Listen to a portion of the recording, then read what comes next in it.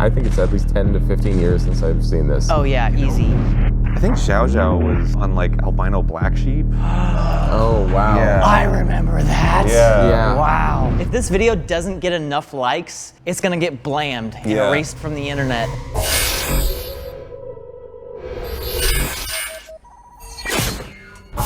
Huge thanks to ExpressVPN for sponsoring today's episode. Stick around to the end to see how you can get 3 months free. Hey, what's up? Welcome back to another episode of Animators React. We are joined by a very special guest. We got Arin Hanson on the show today. How's it going, man? Hey man, it's going all right. How are you? I'm doing great. Now that you're here, even better. Oh, come on, man. Stop. Well, tell me a little bit about yourself. My name's Aaron. I'm from a show called Game Grumps. I've been doing for a while, but before that, I made cartoons under the name Egoraptor. Welcome to Halo Reach. She crushes it into dust and starts snorting. They don't even want to play the game anymore. That's so stupid. All right. Yeah. This cartoon was a big deal for me too, because I was working a job I didn't like, and then Halo Reach came out, and I had I remember that. yeah, and I had an idea for a cartoon, and I had just gotten like monetization turned on, because that was like kind of a rare thing back then. Oh, yeah. And then with the release of this cartoon, I had made more money than I'd ever made in my life. Oh, wow. And I was like, I think I'm doing this now. But yeah, like every frame in this cartoon is just like completely off model. But that's what gives it style, you know? That's what gives it Yeah. personality and character. I love how they get all like grotesque as they get stretched out, and you get like all the lines to imply their like skin is wrinkling over Yeah. and folding. I just wanted to go as hard as I'd ever gone before with like the faces and stuff. Because that was, at the time, that was sort of like my thing, was like, it was like the O face and stuff. Like I had these like little moments in other cartoons where like made like a silly face and then drew it like really detailed, kind of like old like Ren and Stimpy or SpongeBob or whatever. Dude, this is literally me. I was at the midnight release of Halo Reach. I bought the 360. I bought the Xbox 360 and the Legendary Edition. I spent so much money that night just to get Halo Reach. You know what's funny? Never played Halo Reach. It's just So this is you, Ren. Well, my Facebook feed was just like blowing up. Like, everyone was like, dude, I'm in line. Dude, I can't wait. Oh my God, Halo Reach. I'm just gonna make a cartoon about how excited they are. It's literally me. I made a lot of shorts, mostly about video games, but also a couple other comedy things. Yeah, I mean, Which era specifically? You know, like pre-2010s, so like the 2000s, the aughts. Yeah. say? The aughts. Yeah, that was probably when I was doing the most work. All of my peers were sort of getting into that world through like Newgrounds.com, and like they were using like Macromedia Flash as like the primary tool. Well, like what's really cool about that moment in time, though, where like the accessibility of like different art forms starts becoming more readily available to people who want to do it. Yeah. It's this one sweet spot in time where every teenager with a computer gets to have that like epiphany of like, oh my gosh, I can animate stuff like on my own at home now. Yeah. It's like I don't need a studio behind me. Well, it also had a weird vibe to it too, because it still felt super like underground. Flash, for example, was very expensive, right? But now, like, there's so many free programs that you can get that just let you like Paint Tool Sci, I think, just added animation to it. and I know Procreate. I'm a big fan of using the iPad and the Apple Pencil. Yeah. And Procreate now has like an animation That's tool, right. frame-to-frame type thing, onion skinning. I don't know what I would do if I was like a 16-year-old and I had those tools available to me. You'd probably throw them away and play Fortnite. This was a different time where it was like there wasn't any social media. It was just the only way that you would get in touch with people was like ICQ or MSN Messenger or AIM, and everybody had all Dude, three just in God, case. yeah, I remember those days. I'm going to get into this hide This was my now. first publicly consumable Flash cartoon. Whose footprints are these? What the f? I didn't expect that.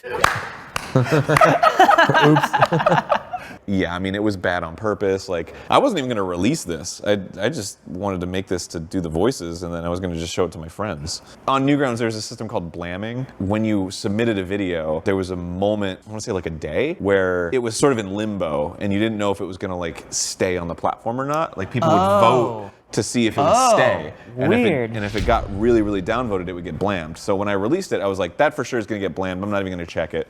And then the next day, I went and looked at it, it was #1 on front page. And I was like, whoa! And everyone was like, dude, this is awesome. This is so funny, man. Whoa! And I was like, oh, that's incredible. And that was back before, there was no algorithm. I can't get around the idea of like uploading something like this and being like, well, I hope it gets to stay online. Can you imagine if you upload a YouTube video and it's like, if this video doesn't get enough likes, it's gonna get blammed and erased from the internet. Well, that was such a huge problem back then because, you know, bandwidth is expensive. And if you were just shitposting constantly, like it would take up so much of the bandwidth and like, you know, it would just suck all the life out of the website. Well, I mean, are these smaller than video files? Yeah, they're totally, because it's all vectored points and stuff. You also got to consider that this was a time when people were still using dial-up. Yeah. So... How cool is it that like, so in this era of just no bandwidth and super tiny file sizes, it's like, this is like the one spot where you can actually have something in pristine quality. All this stuff is vector-based animation, so it's infinitely scalable. Typically when we're dealing with videos and photos, we deal with pixels. You know, you got a certain number of pixels this way, certain number of pixels down, and you get a whole grid of that. But with vectors, all of the imagery is made with math, you know, equations essentially. It's all happening behind the scenes. It's not like you're writing out equations to do. It's geometry, basically. You ever played Tempest? Back in the day, those old video games where it was all like wireframes and stuff, those were vectors. When I've seen these in real life, it's a bizarre experience because it's like super sharp, super bright. Yeah, and like high frame rate. Yeah, because it's drawing it in real time basically. If you're giving the computer math problems, it's gonna do it really quickly. Even if you don't do digital art, you still use vectors every day. Like anytime you type text, fonts are made out of vector images. And so that's how you can scale it up in your Microsoft Word program, and it's still nice and crisp. I think Xiao Xiao was on like Albino Black Sheep.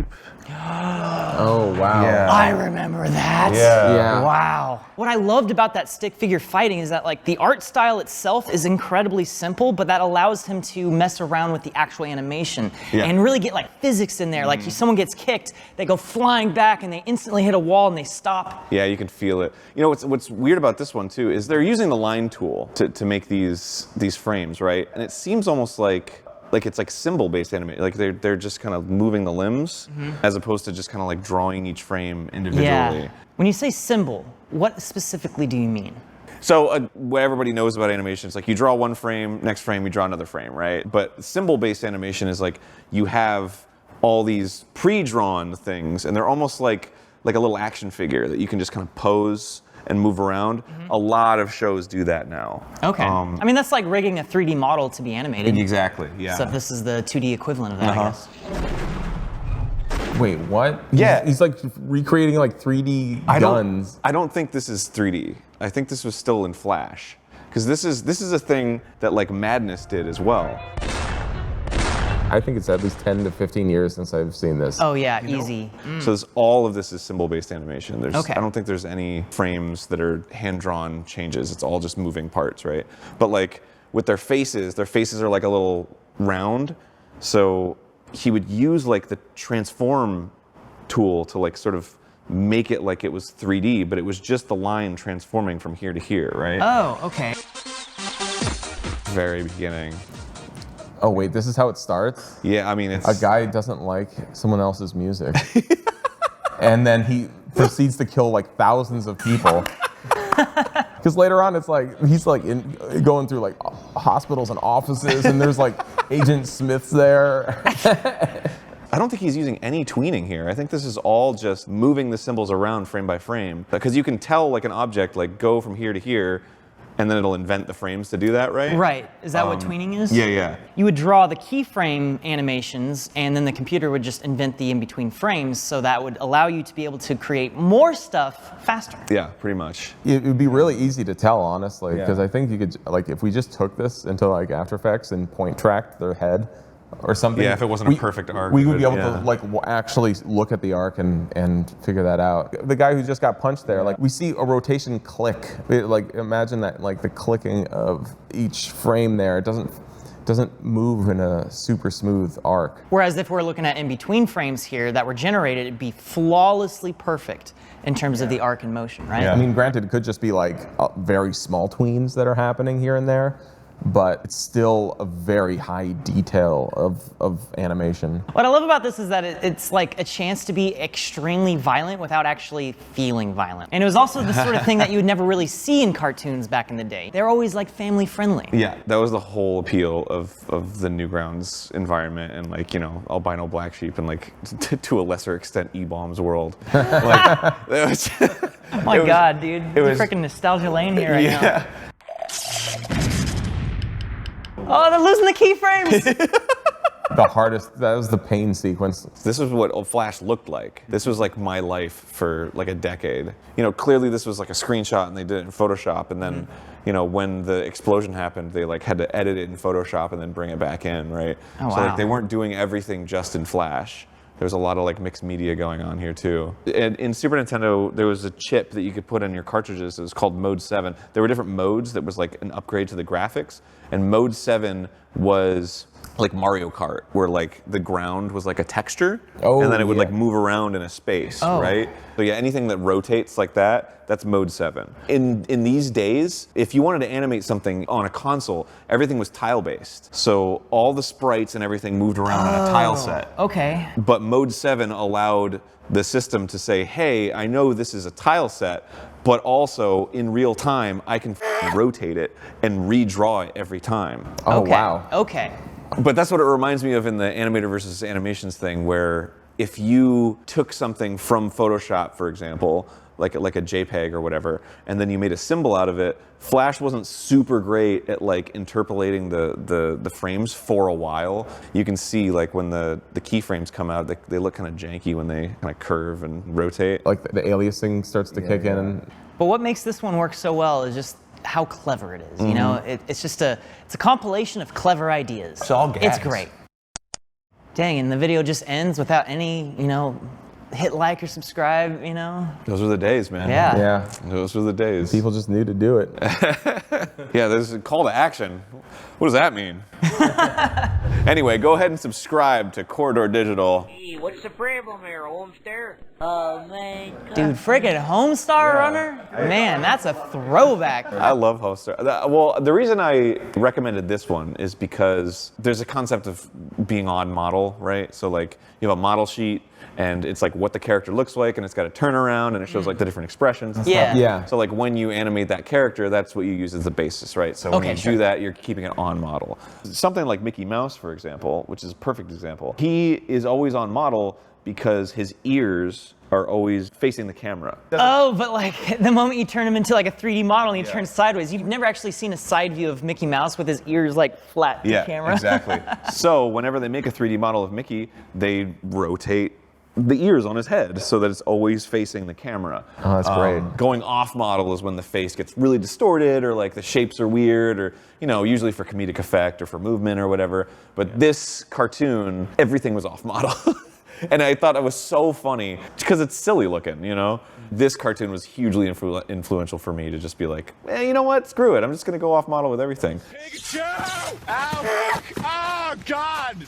There's something I'm noticing here. I've seen it before in other like animations, but you have a static frame, but all the line work is still like, line boil. That's what That's what it's called? Yeah. Line boil. I was noticing it too. I had no yeah. idea what to call it. Yeah, man, that was the hot trick when like we started discovering that. A lot of people would do it and they would just draw the frame twice and they would just trace over and it. then you use ping pong back. Yeah, which is easy. But what I did, there's a tool in Flash called like Optimize or something. And because it's a vector-based system, if you hand drew something, you know, there were a lot of vector points. Yeah. Oh, I think I know where you're going with But this. there was Okay. an automatic optimize that would smooth out the lines for you. And it was never like that great. Yeah. But if you just did it like 5 to 10%, it would make it like just different enough in quality that it looked like a different drawing. So that I would just cheat it that way. Hey, Hey, what are you doing over there? Oh, I did this thing that people call like bounce animation. I would draw a frame, and then I'd draw the next frame, and then I would just bounce into it with a little like squash and stretch. Yeah, okay. So it gave it this sense of movement. And energy, yeah. But it wasn't, I mean, literally just 2 frames. So that bounce, you're actually distorting the frame and animating that distortion. Yeah. Even though it's 2 frames that you hand drew each separately. Yeah. And to add more life, you're now distorting it and animating Exactly, yeah. So it's like that's the first frame, and then I would do a little like anticipation frame, and then like a little overshoot frame. You know, there's a lot of people that would do it lazy, and they would just like, you know, squash it vertically, but I would try to match the movement, right? So in that case, I kind of warped it a little bit to the left, because it was going this way, and like squashing this way, and then kind of squashing back into shape. That was my version of trying to follow the rules of animation whilst cutting as many corners as possible. I mean, it works. Yeah. So much of being an independent animator or just like working with a small team is coming up with shortcuts. Princess Peach, won't you listen to my song? So this was probably my most recent cartoon, and I keyframed all of it, but I had a studio called Yada do the in-betweens, and I think they did a lot of the coloring too. So you're saying you would draw keyframes, and that basically just means you would draw the big shape on this frame, and then by the end of the sequence, here's like the next shape, and someone else would try to merge those 2 together. How many keyframes would you have like on a per shot basis? That was way in between right there with the head down and the hand coming out. So you drew this pose, and then you drew the pose where he was down. Yeah. The in-betweens came to like smooth that out. Yes. How much of your time does that still take up? Are you still like deep in the animation space right now, or like more like producing other projects? I mean, I imagine Game Grumps takes up at least a minute of your time every week. Yeah, I mean, you know, Game Grumps Animated, we've produced hours of animated content, but we are pitching a couple shows right now. I didn't animate it, but so it's still kind of in the world, but to be a cartoonist, you have to be a cartoonist. Like, it takes so much time to do anything in cartooning. Do you guys remember the early days of the internet? I mean, be honest with me, you might not, and that's okay, but if you remember, the internet used to be an open plain of opportunity. But courtesy of today's sponsor, ExpressVPN, the dream is still alive. You can still access the internet and not have your data stolen by third-party advertisers or hackers or sold without your permission. I mean, isn't that wonderful? Just think about this. They provide an additional layer of encryption on your data as it's out on the open internet. So it's not going to be taken by hackers or sold to third parties without your permission when you're out using public Wi-Fi. But you can tell websites that you're accessing the internet from an entirely different location, meaning that you can access TV shows and movies that aren't available in your country or region. Have you ever heard of this little show called The Office? Well, guess what? That's not available on US Netflix right now. But if you tell Netflix that you're accessing from Canada, all of a sudden it's available. So look, do we use ExpressVPN all the time over here? Yes, we do, because it gives us access to all of that content and it encrypts and protects our data. But listen, you don't have to take my word for it. ExpressVPN has been rated #1 VPN service by platforms like Forbes and TechRadar. Sam and I were joking about all the different device types that can use ExpressVPN, and he made a joke about accessing ExpressVPN from a smart fridge, and then they actually said, you probably could. Try to get it on your smart fridge too, because maybe you just want to have The Office playing every time you want to go get a fresh soda. I don't know. Anyways, if you're interested in getting 3 months free when you sign up, that's 3 months free. Just click the link in the description below or go to expressvpn.com/corridorcrew for 3 months free. All right, let's get back to the episode. Huge thanks once again to them for sponsoring. This whole thing is a jog down memory lane. If there's any awesome animations that you think we've missed today, let us know in the comments below. We would love to do more of this. This was a lot of fun. I didn't expect to have so much nostalgia just like injected into my brain today. So Aaron, thank you so much for bringing that for us today. Yeah. I know probably a lot of you don't need to be told, but like, where can we find you? You can find me at Game Grumps. That's youtube.com/Game Grumps, or on Twitter at Egoraptor. Isn't that sweet how you have like a username that you made when you were a teenager and then it's like now your identity? Oh, I mean, I can't get it anywhere anymore. Oh no. Like I literally have to be like the first person on a social media platform. Well, at least you got it on Twitter. Yeah, I did get it on Twitter. That's meaningful. Yeah, anything else though? TikTok, Instagram, I don't have it. Yeah. Dang. Did you have a good time? Yeah, this was great. I had a great time. Sweet. Sweet. Blast.